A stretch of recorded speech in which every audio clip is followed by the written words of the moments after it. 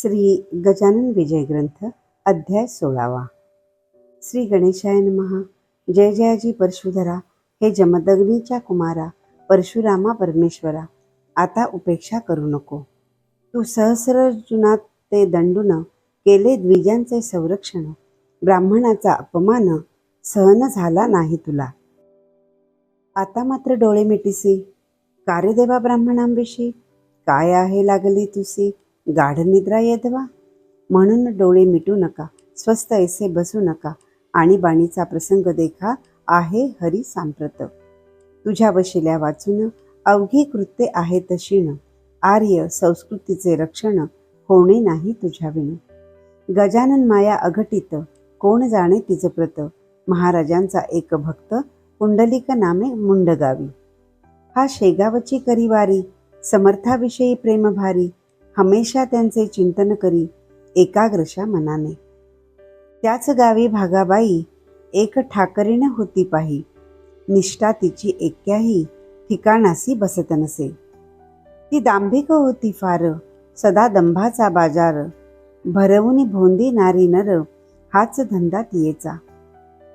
ती बोलली पुंडलिकाला, तुझा जन्म वाया गेला. काकी तू नाही केला, सद्गुरु तो आपणाते. गजाननाच्या वाऱ्या करीसी, सद्गुरु त्याला मानिसी. परी त्याने सांगतुसी, मंत्रकानी कथिला का.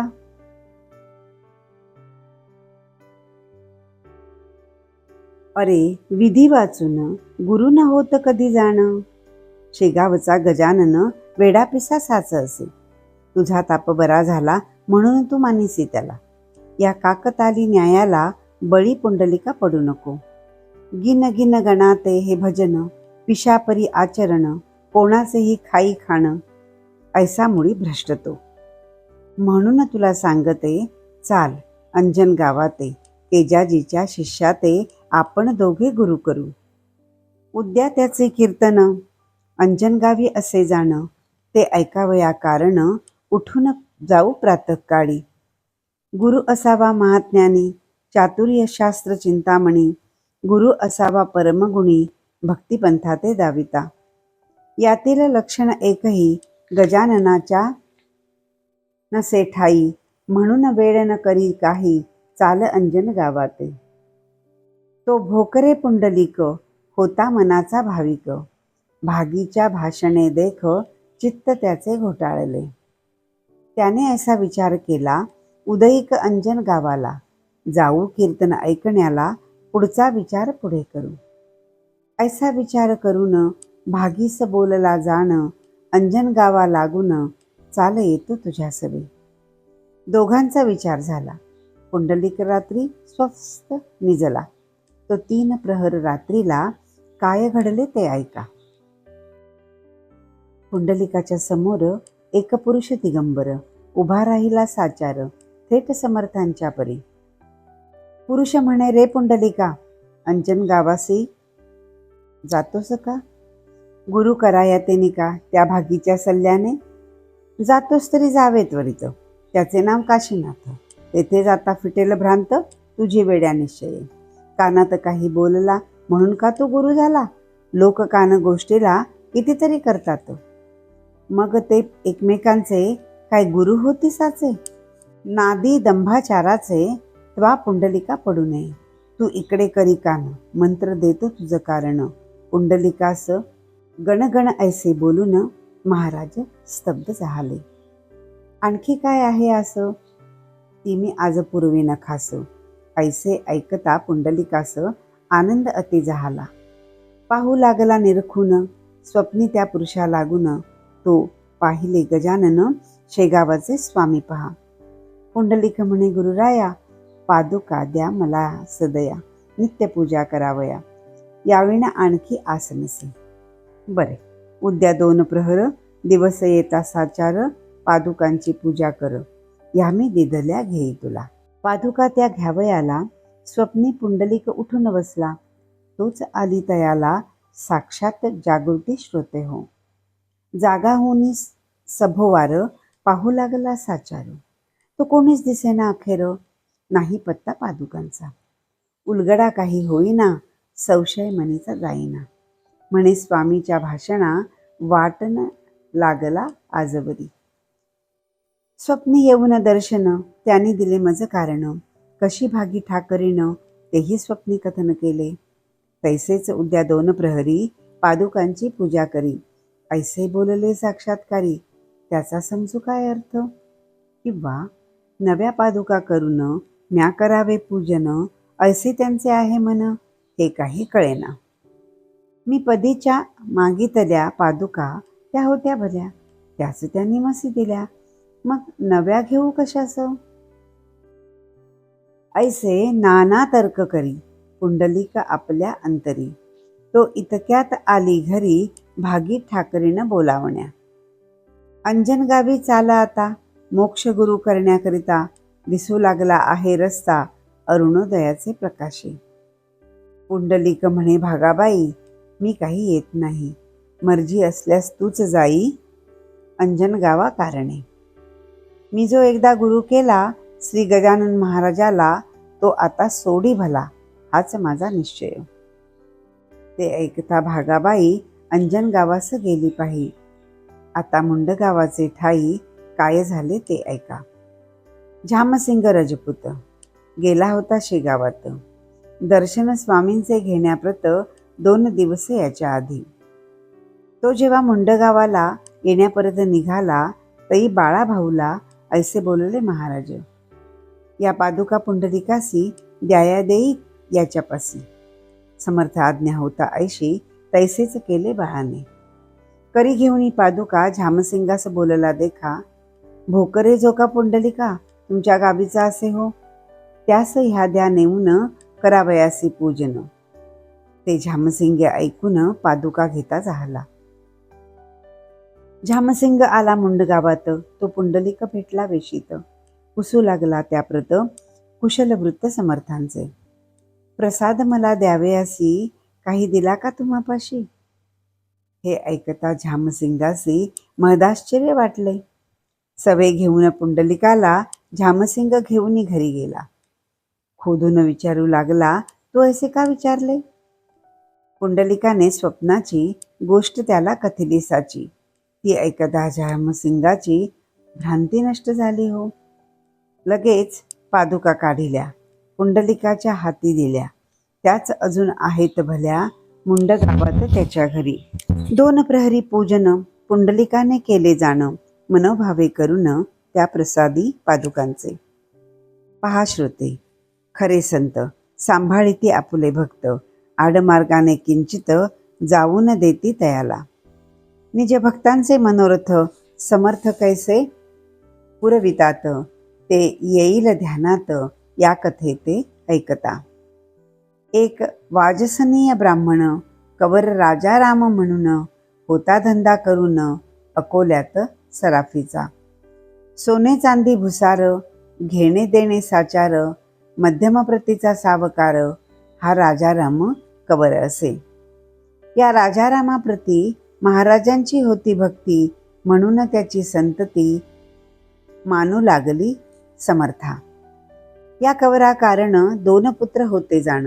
गोपाळ त्र्यंबक म्हणून लवांकुशा सारिखे. कनिष्ठ पुत्र त्र्यंबकाप्रती भाऊ व्यवहारी बोलती. तो हैदराबादेप्रती गेला डॉक्टरी शिकावया. लहानपणापासून भाऊस होते देवध्यान, म्हणजे त्र्यंबका लागून, हे येथे विसरू नका. काही संकट पडल्यावरी तो समर्थांचा आठव करी. राहून त्या भागानगरी मुसा नदीच्या काठाला. एवंच भाऊ भक्तिमान होता लहानपणापासून. त्याचे दैवत गजानन स्वामी शेगाव ग्रामचे. तो सुट्टी माझी आला घरी. इच्छा उपजली अंतरी.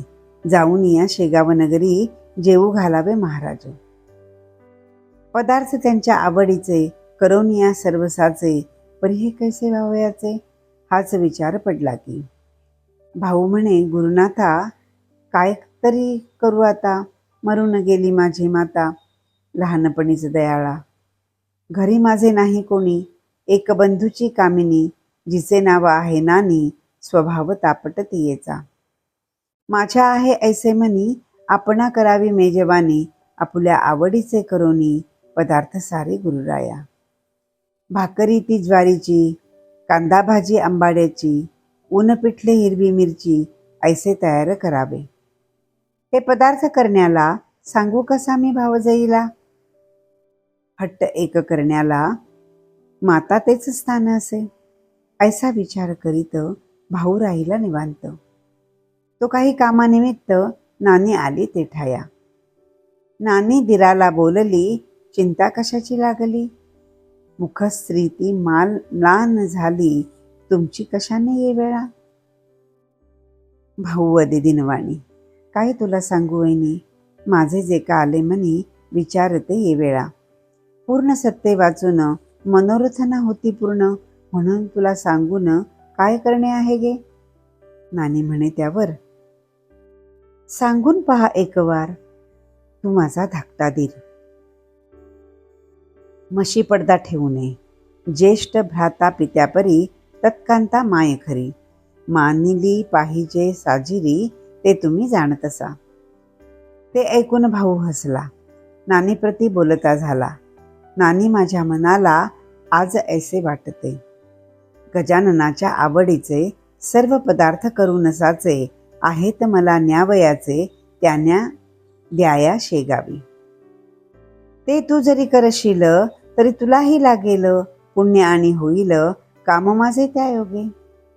ते ऐकता बोले नानी दीराप्रती हास्यवदनी, यासाठीच का हो म्हणे संचित तुम्ही बैसलात. सांगा आहे काय करणे. मजला स्पष्ट शब्दाने, काही ना आपल्या गेही उणे कृपेने गजाननाच्या. मग भाऊने सर्व काही निवेदन केले तिला पाही. तीही लागली लवलाही आनंदाने स्वयंपाका. भाजी चून भाकर, हिरव्या मिरच्या ओंजळभर, ठेविल्या आणून समोर आपुल्या त्या दिराच्या. भाकरी तिनं, कांदे तिनं, हरभऱ्याचे चून जाणं, लोणी ठेविले माखून प्रत्येक त्या भाकरीला. नानी म्हणाली दिराला, जा आता शेगावाला, वेळ थोडका राहिला आहे पहा गाडीचं. ती गाडी चुकल्यावरी वाया जाईल तयारी. भोजनाच्या वेळेवरी गेलात तरी उपयोग. ऐसे नानी बोलता भाऊ निघाला तत्वता. पुसूनिया आपुल्या ताता, येता झाला स्टेशनासी. तो गाडी बाराची, निघून या गेली साची. तेने चित्तवृत्ती भाऊची, होती झाली शोकाकुल. अति हिरमोड झाला त्याचा, पाणी आले लोचनाला. म्हणे महाराज का हो केला अव्हेर माझा एकाली. मी मुळीच हीन दीन, कोठून घडावे मला पुण्य. आम्हा कावळ्यां कारण लाभके मानसाचा.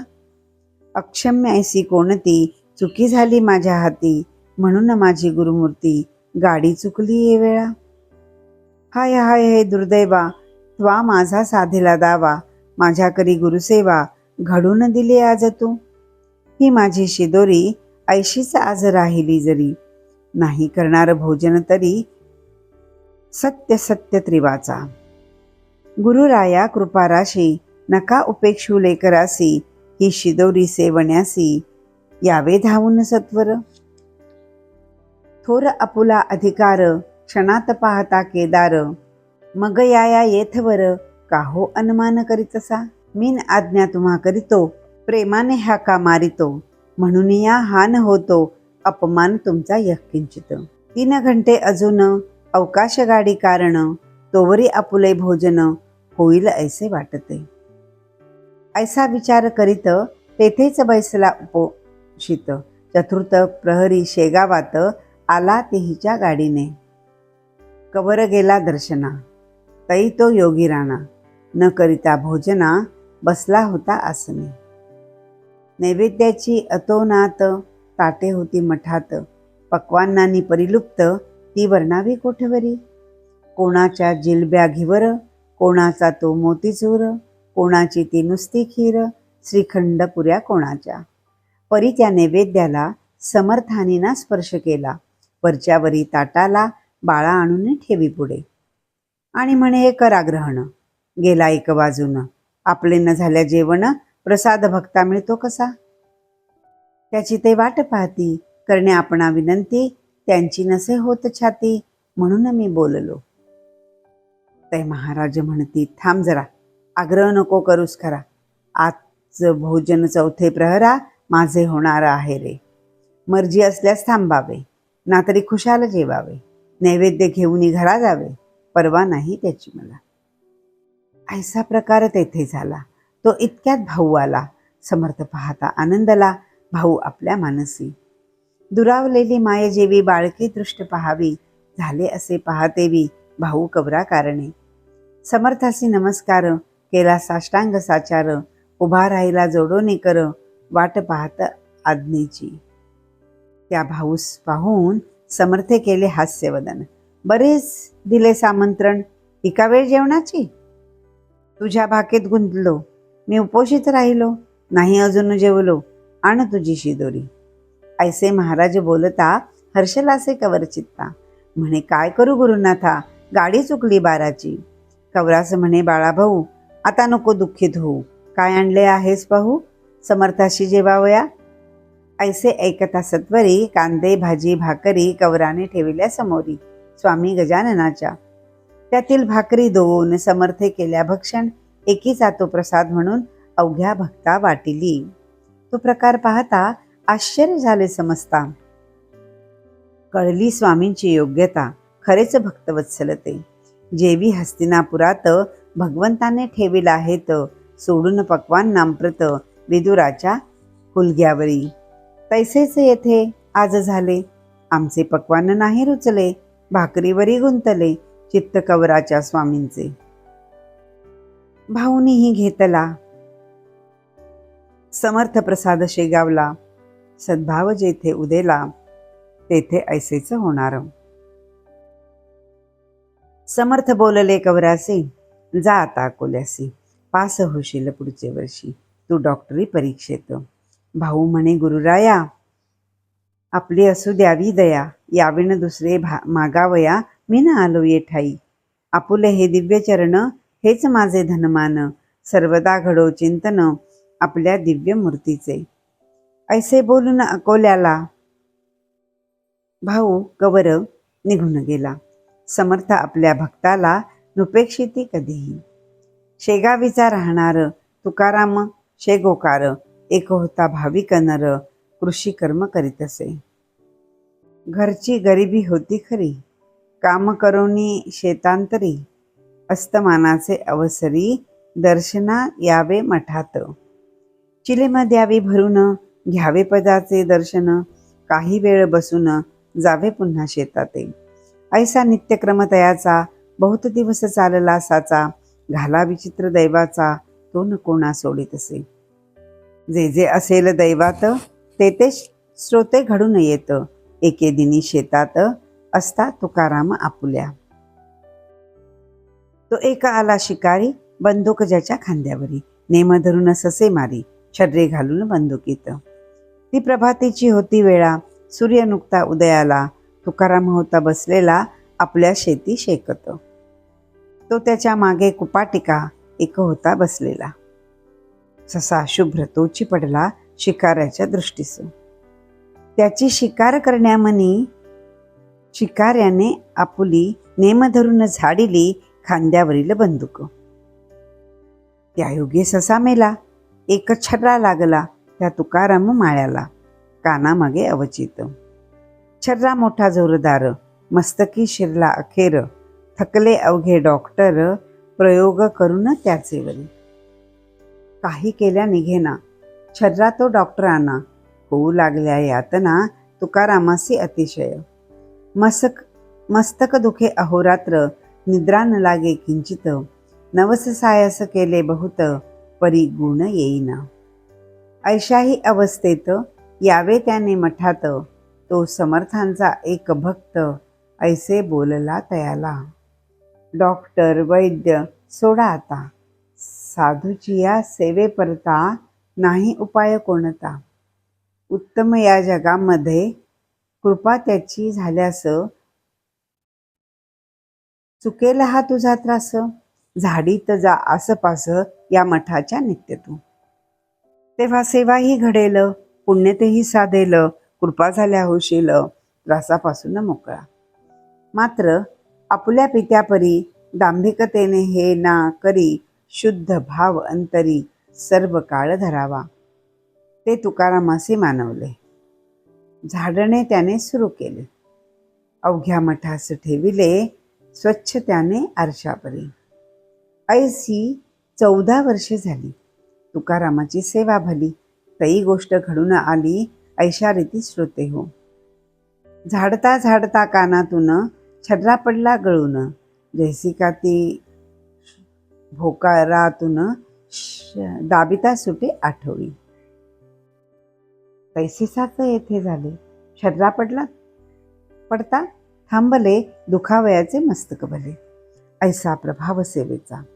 ही सेवा झाडण्याची अखेरपर्यंत केली साची.